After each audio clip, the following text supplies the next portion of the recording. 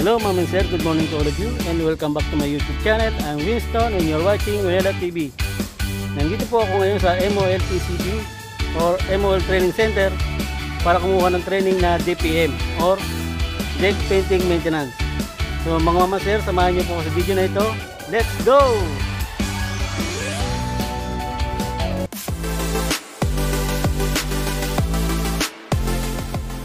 Pag nagsa-surface prep tayo, bosswood, pakiguide nyo lang sila.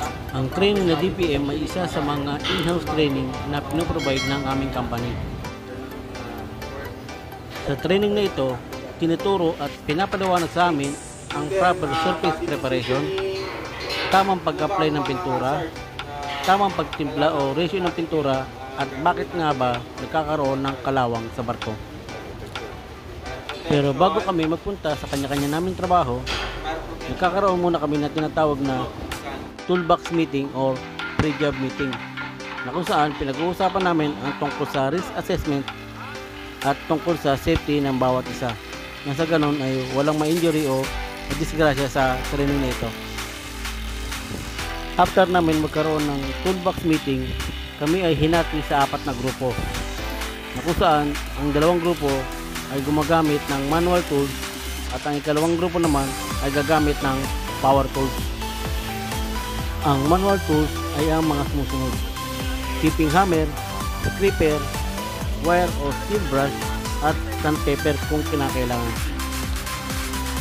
Ang power tools naman ay ang chipping gun or mas kilala sa tawag na jet chisel, electric wire brush, grinder at iba pa na ginagamitan ng kuryente or electricity, at kung minsan ginagamitan din ng ere or pneumatic. Ang 4 na grupo ay binigyan ng kanya-kanyang area na kung saan ay kailangan nilang tanggalin ang makakapal na pintura o kalawang sa pamamagitan ng hand tools or power tools.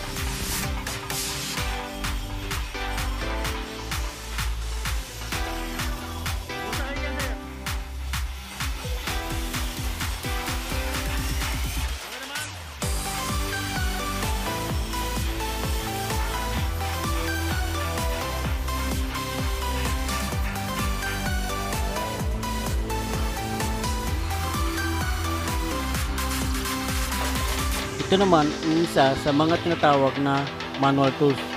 Ito ay ang chipping hammer.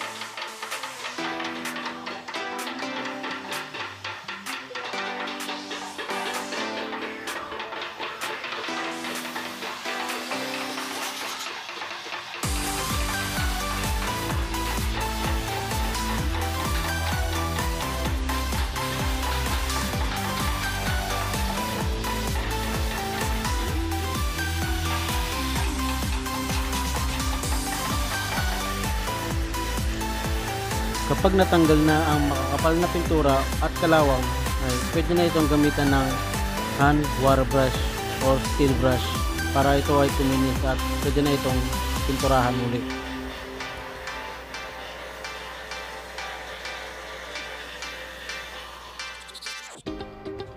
At kapag natapos na ng bawat grupo ang kanilang area na ibinigay ng kanilang assessor, kailangan naman ipaliwanag ng leader ng grupo sa assessor kung anong method at standard ang ginamit nila sa area na ito.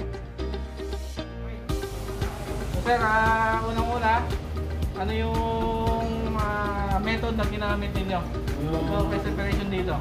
Yung manual tools. Okay, so anong mga gamit ang Ginamit namin yung chipping hammer, yung steel brush, yung liha, yung scraper. Unang gamit naman namin ng chipping hammer para matanggal yung mga kapal na pintura para makita natin kung nasan talaga yung kalawang niya. So napansin namin yung mga kalawang ay nasa mga gilid-gilid, kaya dito kami nag-focus. Talagang ginagpakan namin hanggang sa matanggal nga yung pinakapintura. At yung kalawang na, tinanggal na rin namin. At the same time, tinanggal na rin namin yung lumang pintura niya. Nung natapos namin sa chipping hammer, ginamitan namin ng, kung kaya tanggalin ng clipper yung mga makakapal na pintura, ginamitan namin ng clipper. Kasi mga natira-tira na mga maliliit na yan, sinubukan namin tanggalin ng, ng steel brush. Okay naman, natanggal naman siya. Then after nun, nung okay na, saka namin siya ginamitan ng liha para kuminis siya at pwede na siyang pinturahan for the finish product. Sa tingin nyo, anong standard kaya itong ginawa ninyo? ST2 sir. ST2. Sa SSPC, ano to? ST2 sir. SP2. SSPC, SP2. Okay. So, maalala nyo ano bang sinabi kanina sinabing criteria kanina para masabing pasado yung manual tooling natin. Manual operation. Anong gagamitin natin? Yung scraper. So, may scraper ako dito. So, titingnan natin ha. So, wala hindi matuloy yan. Uy, may natanggal pa.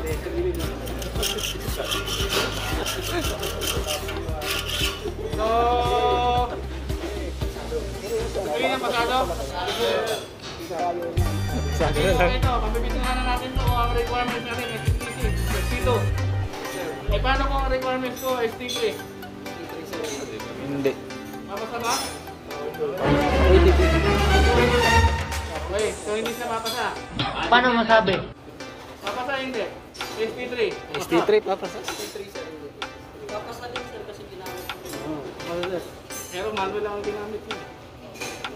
Pero sir, sabi niyo naman na sa malapit, okay naman. Pero hindi kayo gumamit ng power tool. Hindi sir. Santo lang kayo. Kaya dalaw pa rin siya sa SSPC ST2. Okay. Then mapapansin nyo kanina, ang itsura kasi nito kanina, actually, wala naman kayong makikita ng kalawang. Kasi kung ipinag-ikutin na ito, wala naman kayo makikita ng kalawang. Ito, makapalang pintura. Pero nakita naman ninyo, napansin ko rin kanina, habang pinakatawa nila dito, meron sila dito yung split na pagkalaki ng pintura. Pagka ganun, tanggalin nyo na yun. Okay? Ito naman, actually, i-check na rin naman ito kasi kung pwede ito dito, pintura pa naman ako kami kanina.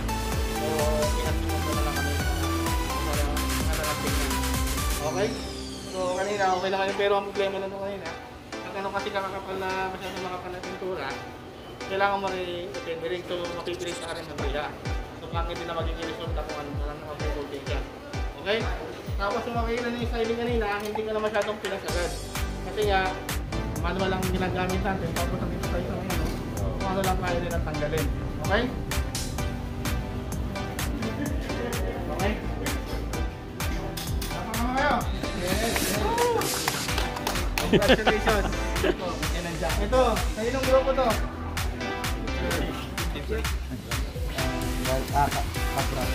So anong procedure ang ginawa ninyo? Nagsareto ba kayo ng Hindi ka brush yun. Grinder. Oo, kasi ang ka brush makikinis mo lang yun. Grinder. So, kanina sir, nag-operate kami through aso. Sobrang kintab, oh. Pwede nang ibenta. Mga power tools. Pero ang tama dapat sir, una muna is yung needle gun muna sir para matanggal yung mga makakapal na pintura. Tapos makita natin kung saan yung nagko-concentrate yung corrosion, yung kalawang. Tapos after that, nung nakita naman namin na na yung kalawang niya mostly yung corrosion na lang dito lang sa side na to sir. Dito sa part na to, okay naman sa sir. So yun ginamitan namin ng grinder. So sa tingin nyo, sa anong standard pa pakit ko? ST3? Hindi, sa SSPC para mas may nila yan. SSPC, ano sa papasok to? SP 15? 11 yung use na. So sino nag-agree na ST15 to? SSPC, ST15, sino nag-agree? May SPS, may SPC, sa sir, 11 at 15. May tatlo lang ginamit nyo dito. Sir, power tool sir, pero ginamitan din namin ng hand tool sir kasi matitigas sa gilid. Kaya kiniping hammer namin sir kasi kapag yung gitchisa lang gagamitin namin sir, mahihirapan, matatanggalin kami. Kaya inuna namin dito sa gilid-gilid para mas mapabilis kami matanggal yung mga pintura sir. At tapos, nung walang namin na kaya ng gamitan na grinder, grade na namin sa hanggang matanggal na yung mga Kayo pa may gawa nito kaya? Ako, yari. Nako, kaptay tayo dyan. Okay na sana. Eh, ano please, on board ba pagka may dito sitwasyon kayo? Sinasabi na sir. Pinasabi na Yan report sir para matapalan. Kasi kung hindi na ano yan sir, puberta talaga magpuputokan din. Para may trabaho si number 1 daw sir. Tapos yung inano dito sir na SP11 na ginuhitan niyo, kung masasabi niyo bang SP11? Siya nagsulat sir. Ikaw pa yung tinanong, sir, ah. Pero ito, sama din na So ito, mapapansin nyo, ito kakaiba to dito, di ba? Yes, sir. Kasi kung itong titingnan mo lang, ito, papasa to sa 11. SP ano? 15. 15.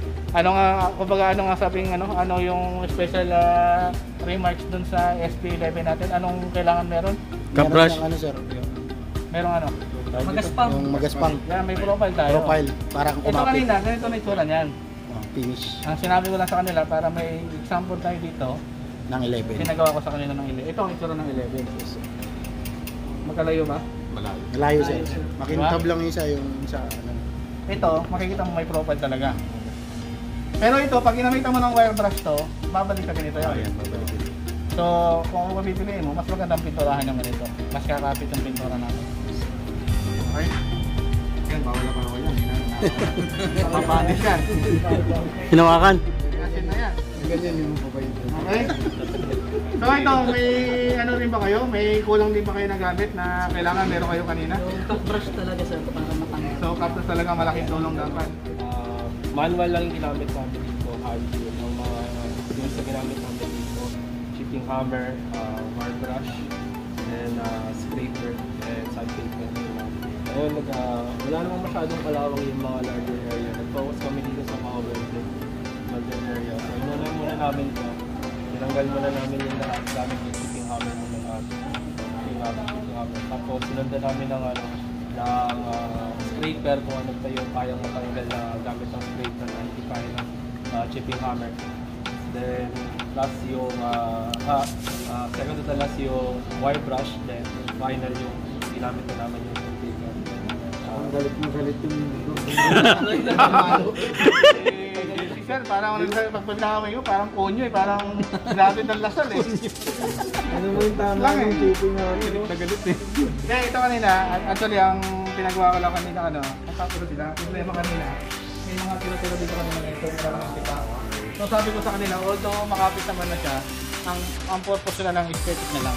Kasi pag piniparahan mo, bilito kasi na nakamukod dulo yun.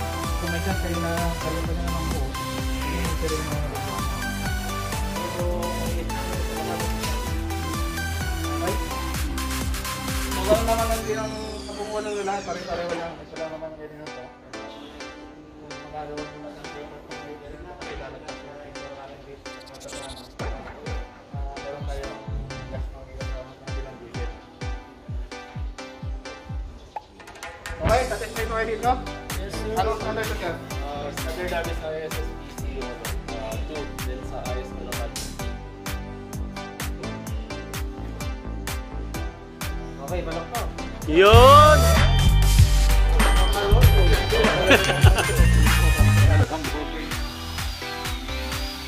Pagtapos namin ipaliwanag at ng ibang grupo ang ginawa namin kanina, kailangan naman namin simulan ang pamimintura. Kailangan namin haluin mabuti ang pintura bago namin ito isalin sa maliit na lata. Huwag din natin kalimutang linisin ang ginamit natin panghalo ng pintura pagkatapos natin itong gamitin.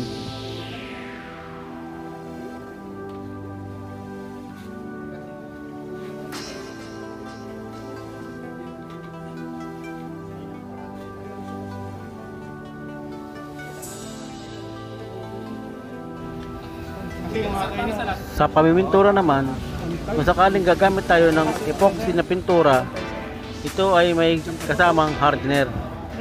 Dapat alam natin ang tamang sukat o tamang ratio na ating gagamitin. So, kasi mo, ito yung pinakamadali para mga tayo na napagmamahal tayo ng hindi masyadong kasi dyan, sir, mga tayo. So, ito, tips na ito na ginagamit namin.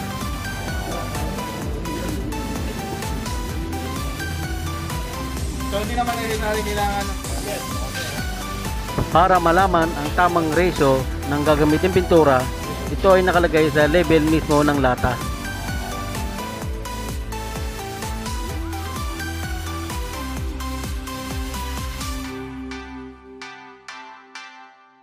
Diretso lang. Okay, so ang ginagawa namin. So ang gagamiting ratio ng pintura ay 4:1. 4:1. Ano ba yung focus ko? For yung base. Hindi lang dito sa barko, marami yan. Sisimulan na namin ipahid ang pintura na aming tinimpla. Kailangan pinturahan mo na yung mga gilid-gilid, sir, no? Yes. Yung mga kanto-kanto. Para sigurado tayong walang ligtas. Mga kanto-kanto lang muna. Mahirap kasi abutin yan eh. Lalo na yung mga fittings na yan, no? Sunusundot yan, di ba? Hindi ka makakita dito. May play dito. Yan ang stripe coating technique.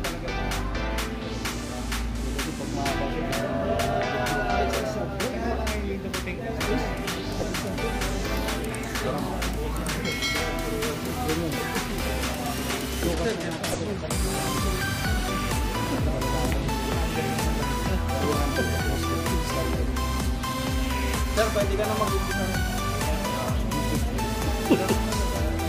Yung manual lang daw ganda. Ano ba yan? Power tool? O, sige.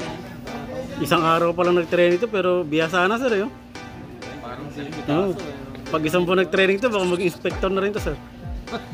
Tatanggalin ko ng trabaho niya. Hindi na, bigyan na ng line up yan. Ano yan, sir? O.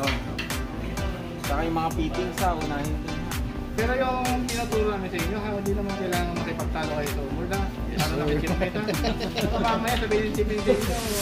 Hindi ako kasi mag-ano na, wala tayong fresh water eh. Sabi mo sir, hindi ka naman training. Kami, Walang masama sabihin natin yung yung natutunan natin. Pero wag tayo makipagpilitan. Okay? Baka mamaya, yung ano mo na yun. huling sakay mo na. Wala namang problema ng ano eh. Nagpakambaba. Sabihin mo lang ito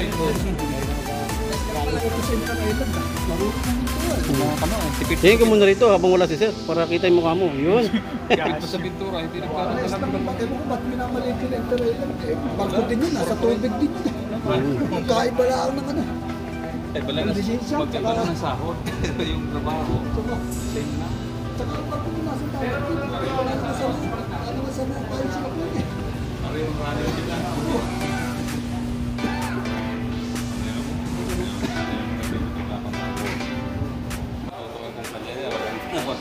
Walang sahod. Bilhan na pa rin, O bukas. Meron ka na. Bago matapos ang video nito, kung bago ka pa lang sa channel ko, huwag po kalimutan mag-like, share and subscribe at pakihit na rin ang notification bell para updated kayo sa mga video na aking i-upload.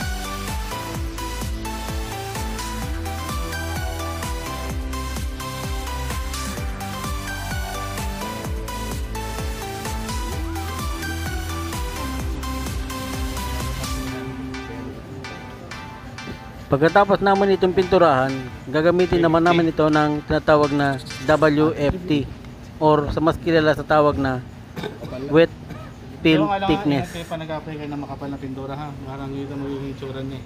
Kung natin bibigla eh. Dito ko na po tinatapos ang video na ito mga mamaser. Sana po ay nag-enjoy kayo sa panonood at sana rin po ay may natutunan kayo sa video na ito. Maraming salamat po at God bless.